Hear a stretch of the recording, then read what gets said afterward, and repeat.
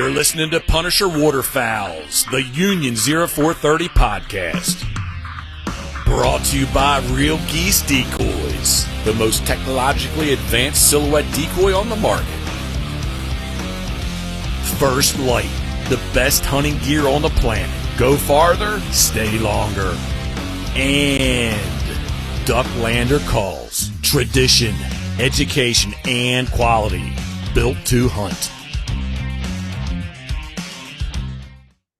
Hey everybody, welcome back to the Union 0430, episode 160. Yep, that's right. You're seeing it. We've got a girl on the show. That's right. Finally. Lori-Ann Horse has been on the show, who's a great friend of ours, and Emily has been on the show, another great friend of ours, but it's been a long time since we've had a lady on the show. So I promise I'll be at my best behavior. But to the millions of fans that are listening, this is I'd like to introduce you to Amy Hall, who this is my intro for you. You're a hunter, you're a mom, yes, a Southern Belle. You're the first Southern Belle. I'll give you that. You're the first Southern Belle. You're a badass, and well, no, I don't want to say and yet. You are the proprietor of Her Wild Outdoors, your own brand, plus you're the brand manager for Tetra Hearing. So, welcome to the show. Thank you. That's quite, that's a good introduction. I will take it. Headings. Yeah, that was a lot of headings that we hit there. I know. So I'm going to do the same thing you just did. And put my phone on airplane mode because I'm getting some feedback here. Yeah, Amy, thanks so much for coming on. It seems like over the last 2 weeks, you and I have been chatting so much through Instagram and through text. So it's great to finally meet you face to face. And I can't thank you enough for the patience you've had with me and trying to get these ear impressions done. It's got to be, I don't know. I don't want to say frustrating because I don't think that's the right word, but there's definitely some challenges with you guys being in the States, and then customers coming from Canada and trying to get these custom hearing devices done. So, but anyways, we'll get into that a lot more later on down in the show. So I really wanted to start by saying, you're coming to us all the way from Tennessee. Yeah. But you had said something to me the other day, and your family is from Saskatchewan, so you're practically Canadian. I'm family. I might as well be. Yeah. My grandmother, I met my grandfather in Chicago, and she is from right outside of Regina, in a little town called Avonlea. And so if anybody knows of the John Deere dealership there and in the Nelson family, that's my people. That's awesome. So yeah, we've got family up there. My grandfather stole her and brought her south. And she still goes up. She's 95. She just celebrated her 95th birthday, and she goes up. I think this is the first year that she has a partner traveling with her now. But before that, she did it all by herself. Wow, that's amazing. Yeah, we're sprightly in our family. So, did she pick up the Southern accent? No. No, she has kept. I would say there's a little bit that she has lost, but I still get her Canadian euphemisms. They're very sweet. I love her. Awesome. No, that's awesome. It's really cool, and I really made a big deal about the fact that you're female and you're a lady and you're coming on the show, because we've said it on this show a million times. Even though we haven't had a lot of ladies on the show, we've said it a million times that everything we read, the female hunter is the fastest growing demographic in the hunting industry right now, and that's across the board, and nobody can argue that. So, when you've created her brain fart.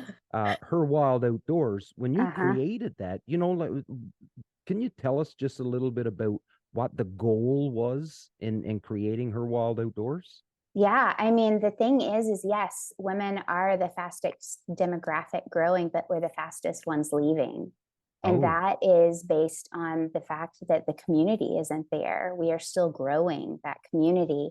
And when I started Her Wild Outdoors, it really came from the lack of community around me of female outdoor activists and enthusiasts and educators. And so I was starving for information, mm-hmm. and the stories that I would hear through the podcast helped me grow. I was a Right. new hunter 10 years ago. I'd Okay. never hunted before. So Oh, it allowed me conversations.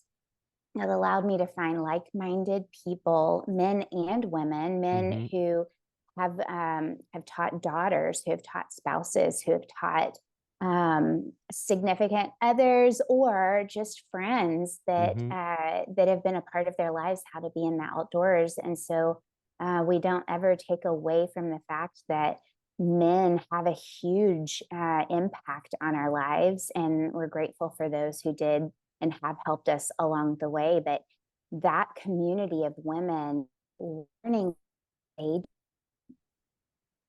step outside of a small comfort zone that I was in. I was hunting 5 acres of land in the city, Oh, bow wow. hunting, praying that deer would cross my path from one part Yeah. to another, to hunting public land, to going out west and hunting in Montana mule deer, and changing over into waterfowl. So it it truly, Her Wild Outdoors truly impacted me, possibly more than it impacted the women who listen in. Really?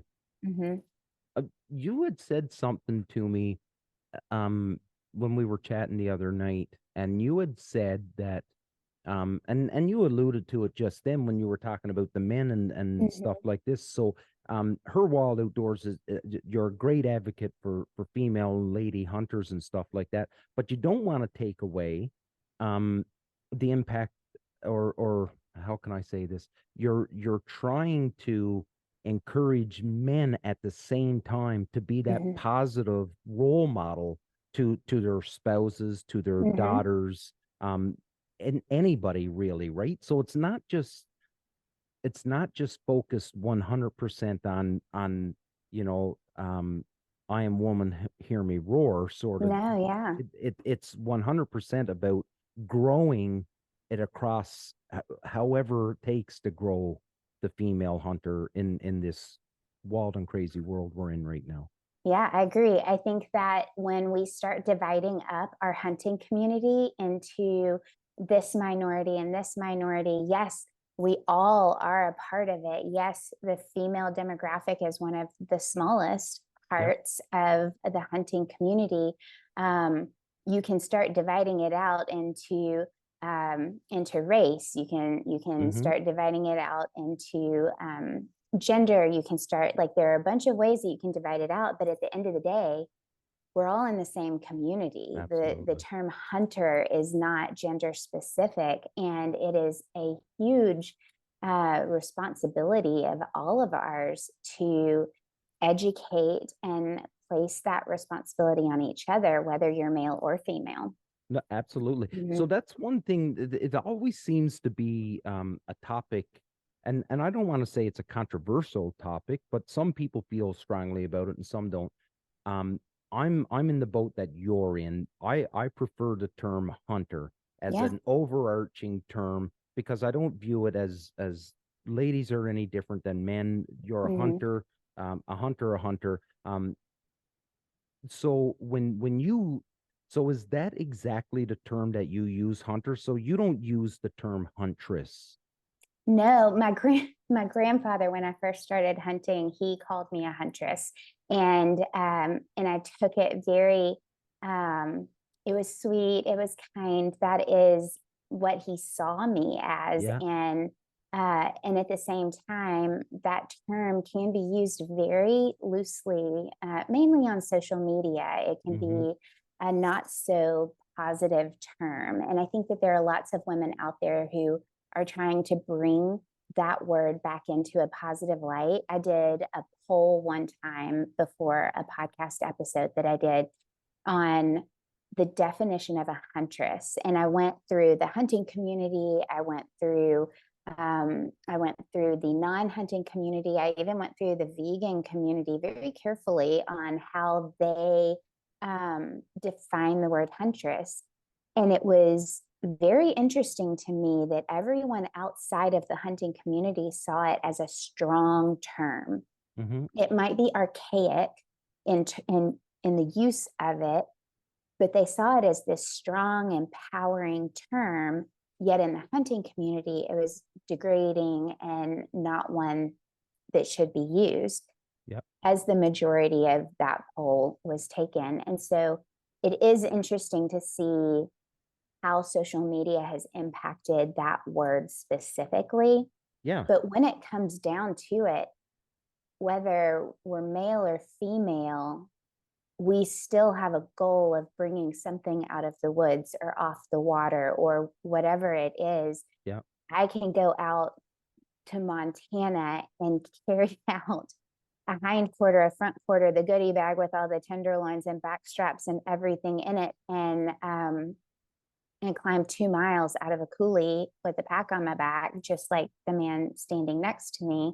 But I might butcher out a deer differently.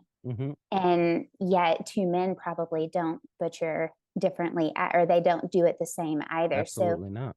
It really is just individual ways of bringing something out of the woods or off the water. And I think that we should celebrate that. Absolutely.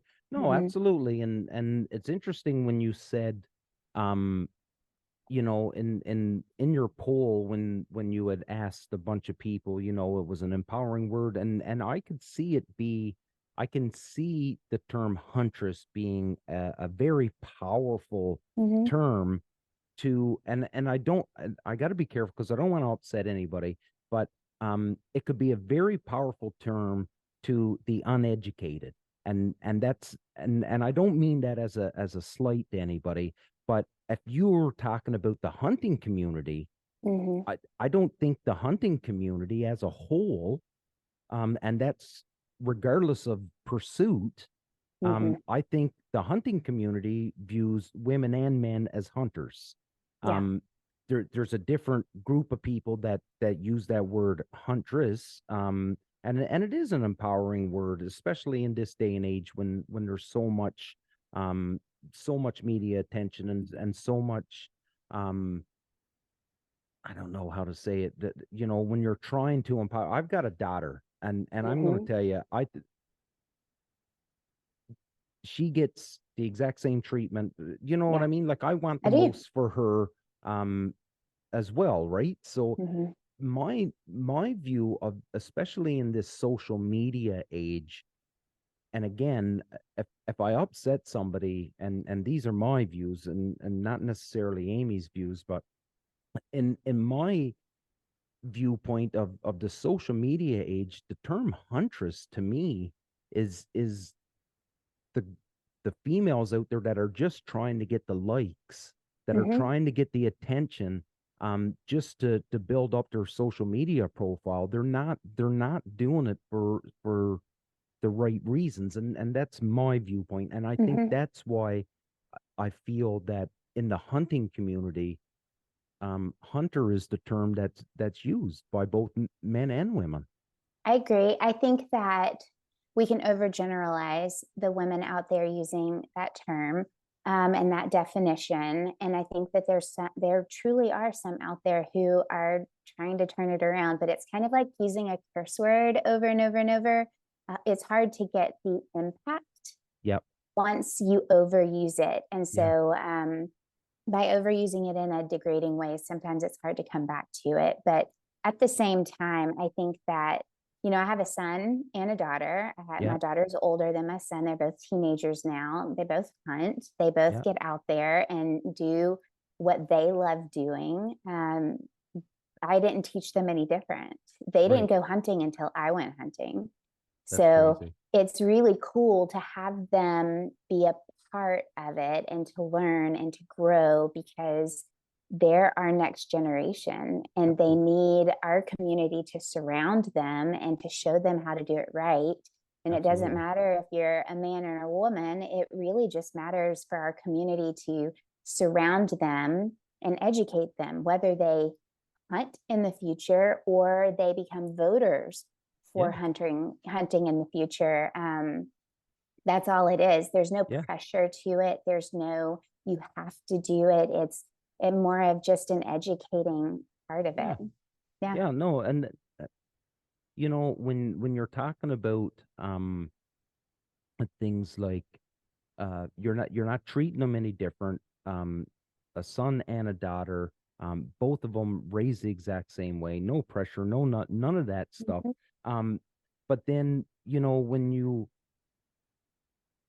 if you want this tradition, this way of life to continue, and let's face it, the cards are stacked against us right now. Everybody is just waiting for us, or I shouldn't say everybody, but there's a group of people that's just waiting for us to screw up, to do something bad, so that they can flood social media and the news outlets and the whole bit. So, you know, men and women, you got to be that positive role model, because our future, which is the next generation, they rely on it, because if we don't do it the right way, and that's me as a man teaching my daughter, you as a woman teaching your son, if we don't do it right at this point, then this way of life is going to go the way the dodo bird, and we'll only have ourselves to blame for it. It's true. And I think that it teaches, when you do have men and women teaching you, I think that my philosophy has always been to learn, do, and then teach. Yep. And so my kids, I've taught that in them as well. I want you to learn, I want you to do it, and then I want you to teach it. And so if they are both seeing, whether it's through me or a man in their life, whoever it is, they're learning the different ways that they can do things, and then they're going to be able to educate someone else, whether they're a boy or a girl or a man or a woman. They're going to have the tools going forward to continue that educating process. And our biggest conversation around the table or in the car isn't how many people, how many non-hunters we can convert to hunting.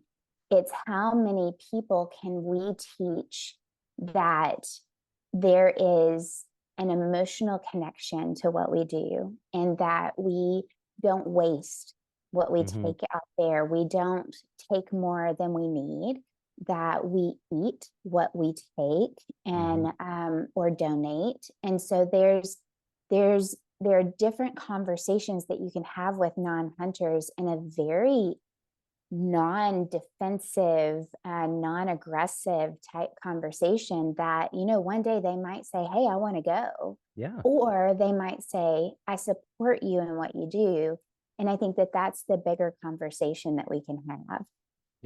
One thing that we noticed up here, and we don't have the city populations like you guys have south of the border. So we've only got a few big cities, and I'm guilty of it, because personally, I have lumped people that lived in the city as, and I use the term hippie, right? I've lumped those people together. But what we've found, and what we've been reading about up here, is that the average city, I shouldn't say the average, but it's a growing demographic now of young people.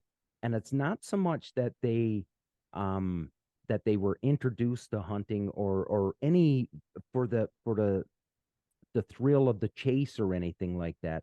It's come down to a lot of people are joining the hunting community now because they know where their food is coming from. So if they're fishing, they know that they're getting the fish. It's not coming out of a farm. If they're going out and they're getting their deer or their ducks or their turkey or bear or moose or whatever it is, They know it's not full of steroids. It's healthier for them. And we're starting to see, and again, and I'm guilty of it because I lumped all these people in together.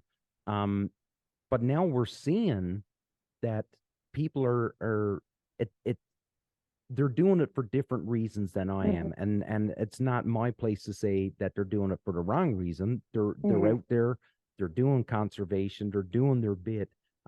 They just have a different reason for doing it. I know that was a little Austin Powerish right there, but no, I think that you do. You've got to find your why of why you do those things. And I think that when you do find that, then you are able to not just stand on the fact that you're a hunter, but you can stand on an emotional connection to why you do that. And it's hard to argue with somebody about their emotions and their feelings of why they do something versus just a hunt.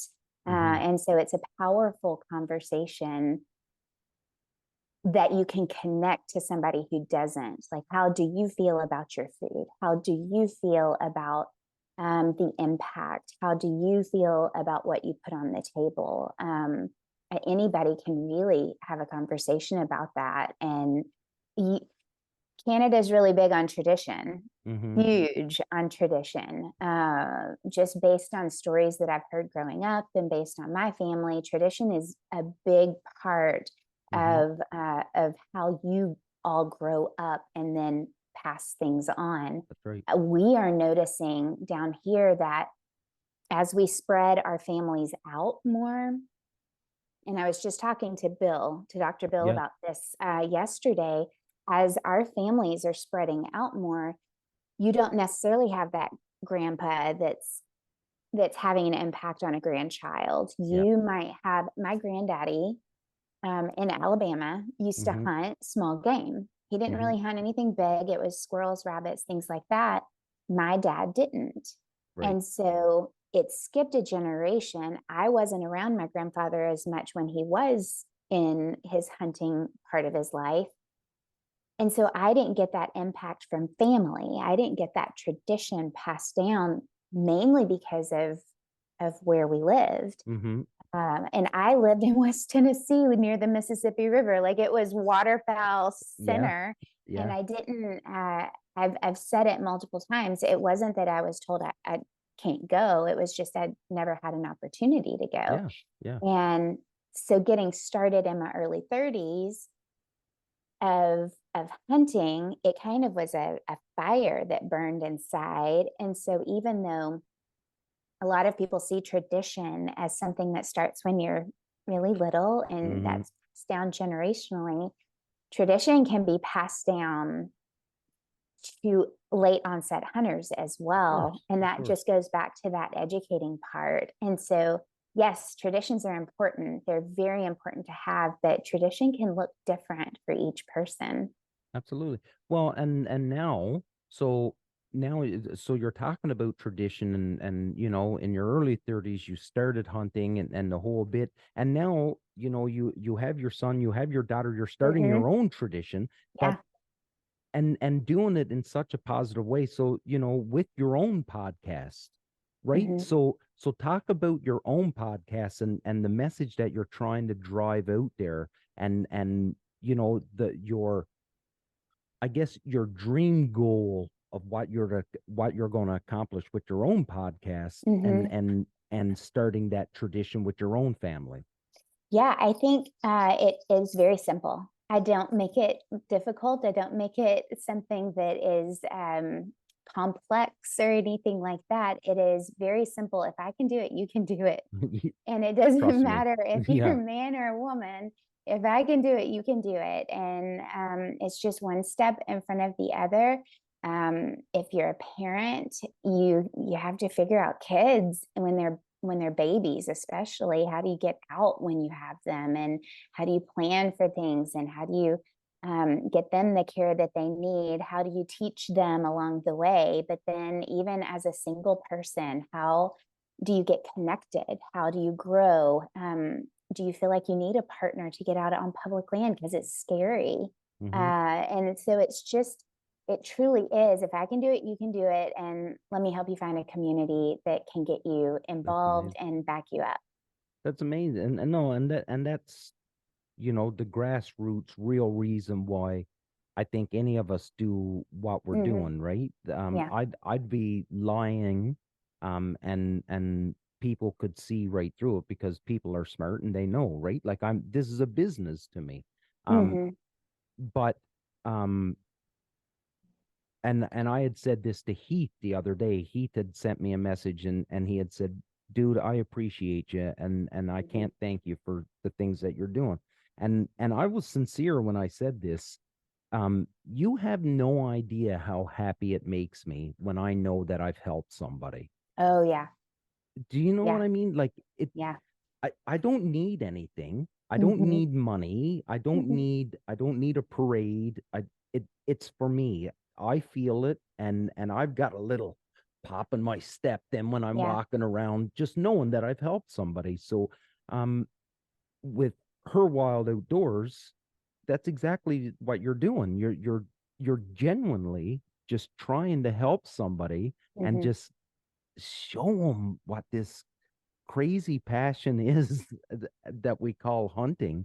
Yeah. And you Well, the think even bigger story is that it's not just me, it's all of the women that I have that's right. conversations with, and the men who support the women in their lives. So I get the benefit of sharing real people out there who do it differently but have the same. So it's not, I feel like I'm on a team. It's building the community bigger, and it's showing that everybody might not think they have a story to tell that can be impactful, but truly it might only be one or two words that really brings somebody else in and say, I can connect to this person. I get what she's saying. I get what he's saying just because of one statement. And that's what connects our community together.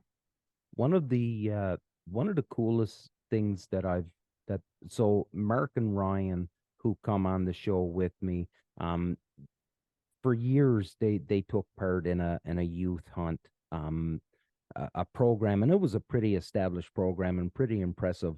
And one of the coolest things that they had told me one time was that there was a boy, and he was coming through the youth program, but his mom was a single mom, and not a hunter, had never hunted anything in her life, had no aspirations of ever being a hunter, but her son wanted to be a hunter. And this was, and listen, it's hard having, you got teenagers, I got teenagers. It's hard to connect with kids.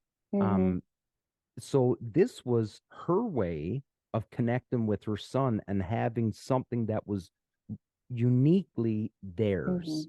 And I think that's one of the coolest things about this. Like, how more grounded can you get than spending time with somebody outside, sharing in the successes and the failures, because there are failures. There are. That's how we grow. Yeah, trust me, I know. I've come home empty-handed so many times. But no, Amy, it truly is remarkable. I got a couple girls I wanna introduce you to, and I'm gonna do that tomorrow when we're done. I'm gonna do an email and introduce you, because I've got a couple friends that are just, they're amazing, powerful women, and I just think that you should talk to them, because it gives you, it's just another layer to this whole world. But I'm not taking away anything from Her Wild Outdoors, not taking anything away, but you started hunting in your early 30s. You've grown this thing now, Her Wild Outdoors, and now you're the brand manager for Tetra Hearing. Like that is just coming full circle, is it not? It is. My background way back in the day was healthcare, And so Okay. I worked in the OR and cardiac surgery, but did a whole lot of things through ENT and that Yep. kind of thing. And then being in the outdoors, I took up a job with our state nonprofit. And so I worked with them, helping organize Hunters for the Hungry, our Scholastic Clay Target program, and our Hunting and Fishing Academy. So it really allowed me to be a part of growing our state in the way that I hope the next generation can enjoy it even more. Mm-hmm. And that led me to Bill and having conversations with him and being able to connect not just my love for the outdoors, but my medical background, Absolutely. because that is something that will always be ingrained in me. And protecting your hearing goes even more personal than that, because I know that you guys talked on that podcast about the connection between hearing loss and dementia and Alzheimer's. And my grandmother recently passed away and she had Alzheimer's. And so that thought process for me of protecting not just my hearing for the future, but also my kids and even my parents right now, like it goes a step further into that of why it's not just a job. It actually is a passion project. It's something that I feel very strongly about. And when you believe in a product, it's not selling, it's educating. Mm-hmm. And it's just having conversations. And at the end of the day, it doesn't matter if you buy our product or another product. Honestly, it's just making sure you have something in your ears when you're hunting. And that was or shooting or whatever you're doing. Yeah, whatever you're doing. And that was Mhm. one of the coolest things I took away from talking to Dr. Bill. And he had said, if this podcast or if me standing on my soapbox, and I'm paraphrasing here, but Yeah. if it results in Walker having a banner year and selling so many ear defenders and whatnot, he Mhm. said, then it's good. Because and anybody that listened to that particular podcast, and you know him, so and you Yeah. know him on a personal level, Mhm. but he like that's as sincere as it gets. Like he really just wants better hearing health, if that's Yeah. the proper term. Yeah. No, it is. It really is. The benefit that I've found, I mean, I wore mine a couple of weeks ago. My kids, I took my kids to a rap concert. Rap is not necessarily my cup of Yeah. tea. All right, who was it? Because don't tell me your kids picked a rapper, because the rappers today are horrible. No, there's a good one. He reminds me of Eminem, but he's kind of a clean version. He was called Okay. It's NF, the letters NF. Okay. But still, rap's not my thing, but I'm Yeah. still gonna go with my kids because I love Of my course. kids. Yeah. And I put my Tetras in and enjoyed the concert Really? immensely. I could hear every single word that he was saying. I could hear the bass tones. I could hear the treble, even the midtones. And even my son stole them for a second. And he goes, "These are amazing." But I walked out, and not only could I continue having conversations with my kids about the words that were spoken and the power that came from them, my ears weren't ringing. Mm-hmm. Nothing was muffled, and I still enjoyed myself. So these, as much as they are for waterfowl hunting and duck and upland hunting and deer hunting and turkey hunting and all of that, they can be used for so many other things like music and land management. I have this old mower, like take it back to the 80s, riding lawnmower. It had rust all over it. My neighbor gave it to me. And it's powered by a car battery, if that tells you anything.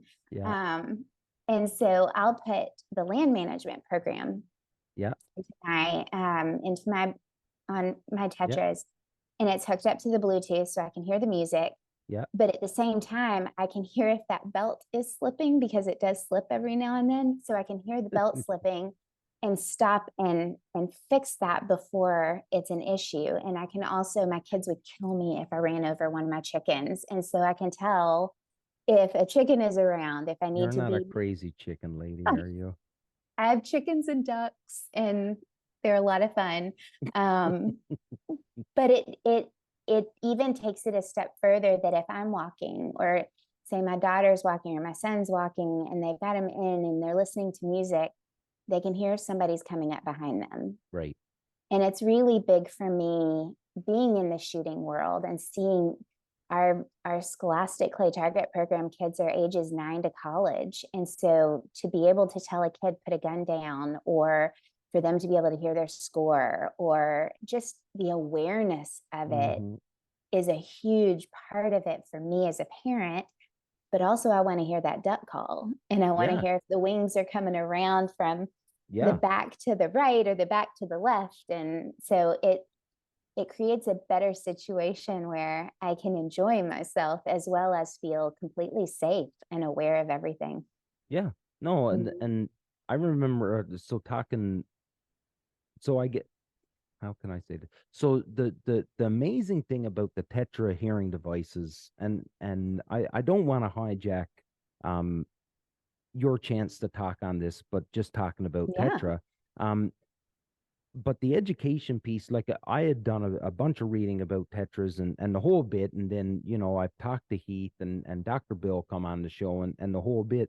And even up until the end of the show with Dr. Bill, I was just going to get a pair of devices that I could for duck hunting. That was it. And I still didn't know. I didn't know about the Bluetooth. I didn't know that I could hook my phone up to it and listen to my own music. But then Bill was telling me about all the programs, and he was like, you got to get all the programs. He was like, that's it. He said, you got to have all the programs. He said, because I told him, I said, listen, I use a chainsaw. I'm on my riding lawnmower. I'm in a duck boat with a mud motor, which are just extremely loud, and that exposure that you're getting to.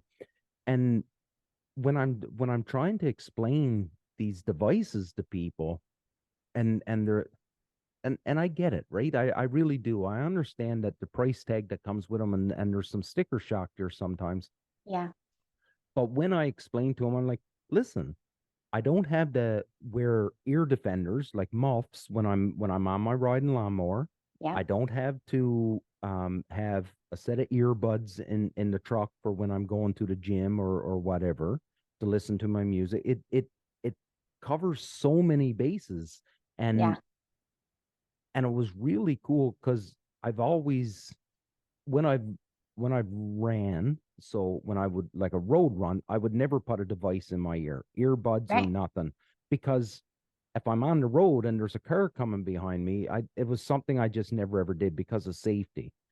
Now, I haven't been running lately, so you might pick it back up. I might. But to everybody that's listening that know me, eat it, because yeah, I know I haven't been running lately, but we're going to hold him responsible now. He's going to get some, and we're going to say it's time to get back into it. But it's just it's an all-encompassing device that saves your hearing. And the one thing that was an eye-opener for me was the Alzheimer's and dementia, because it is a scary thing. I have it in my family. My grandmother suffered from it. So it is a scary thing to think about, and something that I really, really want to do my part. If I can have power over preventing it, why wouldn't I? Yeah, absolutely. I mean, truly, why wouldn't I? But it goes into something even more simple as to, if I, as a mentor of hunting, if I were to take a kid out who had never been before, and I give them binoculars, and I give them, I cover them in bug spray, and we talk about what the wind feels like, and we talk about scent, and we talk about keeping warm. And so all of these senses, what does it smell like when the dew is out in the morning? What does it smell like if a skunk is off in the distance? So you're talking about all these senses, And then you put plugs in their ears and they can't hear anything. Mm-hmm. You can't yell at them when you're deer hunting. You've got to keep right. quiet. Turkey hunting, you've got to be quiet. Even waterfowl hunting, it's a community event, and yet you put something on their ears where you're cutting out all of the sound, that it's actually important for them to learn. Our generation learned without hearing protection. Mm-hmm. So we heard everything, and we listened to the birds wake up, and we listened to the squirrels who woke up first and all of that. And so why wouldn't we give them a device that even these smaller, more financially attainable devices that we can use, the universal device for a kiddo, and put it in their ears so that they can be a part of what we're teaching them, and you can whisper and they can hear, and they can hear the crunching of leaves, and they can, and all of that. I think when you take away somebody's senses, whether it's a kid or an adult, when you're teaching them something, it takes away a part of that education that is foundational. And so it's really important that we want them to hear, but we also want to protect the hearing that they have, so they can continue to hear it. Yeah. So it's easy to talk about. It's important to enforce. Yeah. No, and that's great. And I think that is, for, you had said our generation, we never used hearing protection, and the one before us absolutely didn't use any hearing protection. But the one good thing, and I've done it, even though I wouldn't wear it myself, I would make sure that the kids were with me, they were wearing it. And then you see everybody, like, it's your children, so you do that, if you go that extra step to make sure that they're being safe. And if you start that, it's no different than enforcing the seat belt when they get aboard the car, right? It just becomes second nature to them, because if they started at a young age, it just becomes second nature to them, and then it carries on, and then that's where this whole stigma and just removing this idea that you don't need hearing protection. I think it starts with us, but the success of it will be our children. I think those are the ones. Yeah. It will be, and we've got to set the example. Yeah, so, absolutely. Yeah. So yeah, even if you grab foam plugs, let's go. Let's teach them how to do it. Yeah. Yeah, absolutely. So I want to switch back again now. So we got the Tetra plug in. We'll probably come back to the Tetra plug again. Because it's a part of my life. So yeah. And we'll probably roll back into it. But again, with the whole Her Wild Outdoors and stuff like that, can you has it allowed you to travel and come across different, I don't want to say walks of life, but just different ladies that are things that you just never thought would happen? Like, it's just a way of life in, say, the Pacific Northwest, that women up there, they just do things totally different than what the women down in Tennessee does. I think, again, it goes back to that we all have the same mindset. The women that I talk to, whether they're hunters or they're anglers or they're hikers, backpackers, campers, whatever they're doing, I think the heart is founded in something very similar to each other. The difference comes when you start adding different species, when you add different terrain, different countries. I've talked to women in New Zealand, and so talking about the tar and red stag and the roar, like those conversations, they ignite that excitement of, well, what would it be like? And so hearing their stories gives me a little bit of insight into it and a little bit of yearning to go and try it.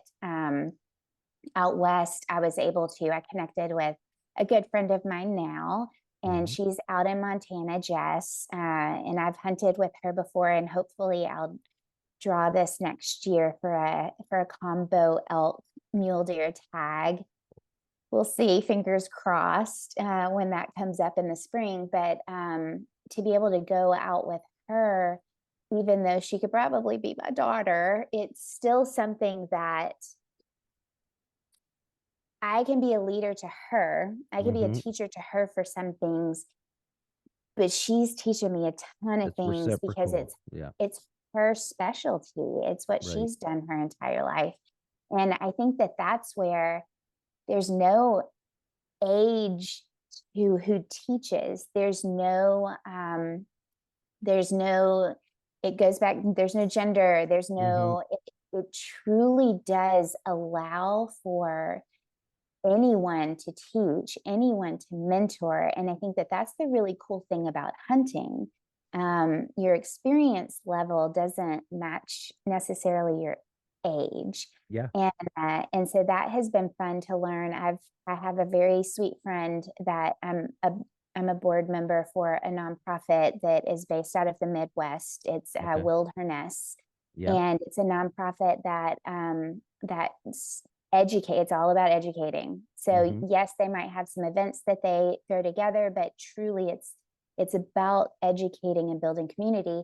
And my sweet friend Sharonda is an African-American woman who is a hunter, and she learned later in life as well. And we've had conversations on the podcast and just sitting around a table of what it's like, not only as a woman going to knock on a door and seeing if you can hunt their property, but as an African-American going and knocking on a door, and how I can't even come close to empathizing. I can sympathize with her all day, but I can't empathize with her. And so to hear her story and to hear her concerns, it allows me, I think, to have, and whoever's listening, to at least have a glimpse into her feelings and into what she faces obstacle wise, because we all have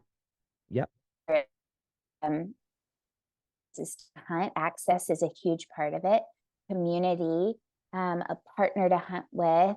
What do I do with it? My kids. How do I work around work, vacation time, finances, huge waterfowl and finances. Holy moly. So we all have obstacles that we can sympathize with each other over, but truly keeping an open mind with each other as a single mom, what it's like, what is it like to go out hunting when the majority of people that you hunt around are male? Like, what is that like? Yeah. So we can sympathize with each other, but having an open mind to understand that we can't always empathize with each other, and to give that room to listen is a huge part of it. No, absolutely. Ignorance on my part. And, I had lumped Her Wild Outdoors with a brand or a podcast that was strictly hunting. But you had touched on hiking, the camping. It's not just hunting, right? Like it's anything outdoors, whatever it is that just satisfies that craving that you have. Bird watching, whatever it is, right? And then I guess it's very narrow-minded of me, but like I don't think of those things. That's like, I don't think about your friend and her going to knock on a door and the differences. Like that's it's like I wouldn't go. I have a hard time going and knocking on a door all by myself. A man answering the door and saying, "Hey, can I hunt your back 40?" Them knowing exactly where I am and feeling completely confident and safe. Yeah, you're somewhat vulnerable, right? Little bit. I've hunted public land now for the past 5 years, and I carry a pistol with me every single time. And I've had to pull a gun twice on public land on 2 different men who were not heeding the warning of, I'm not interested in having a partner here right now. Oh my God. It wasn't, nothing had to be fired. Nothing had to be discharged. It was one time it was simply loading a shotgun shell into my shotgun. And that was it. He turned right around and that'll do it. That'll do it. So it can be scary getting out there, but truly it can be scary for a man getting out there too in the dark. I think it's the hardest thing is getting out of a vehicle first thing in the morning in the dark and heading out. Any stick that cracks, you're wondering what was that. And so it's still something that I think I'm more afraid of people out there than the wildlife that's out there. Well, if Mark and Ryan were here, I am deathly afraid of bears. Like I am petrified of bears, petrified. And if I know that there's a bear around, I ain't going. Like I don't care. You draw the line in the sand. Yeah, absolutely. I don't care how good a hunt that it's going to be. I am not walking down to the blind at 4 o'clock in the morning when I know there's a bear in the area. Ain't happening. I am petrified of bears. So we have bears in East Tennessee, but there was one recently that was actually not even 2 miles from my house. And it was just rummaging through the neighborhoods. I think it was a male bear that got kicked out of its group and was trying to search for a mate or something like that. But I was in Texas on an NWTF hunt. It was my first turkey hunt ever. And it was my camera guy, the landowner, me, and we were walking around, and I stepped a step forward and a rattlesnake went in between my legs. And I casually walked forward and I just tapped Nathaniel, my camera guy. I tapped him on the shoulder. I said, we just stepped over a very large rattlesnake. And he goes, Amy, that's not even funny. It's not something to joke about. We're in southern Texas. They're everywhere. And I said, no, look. And I mean, she was huge. He said, I don't know how you didn't scream. Well, here in Tennessee, it's illegal to kill snakes. Oh, okay.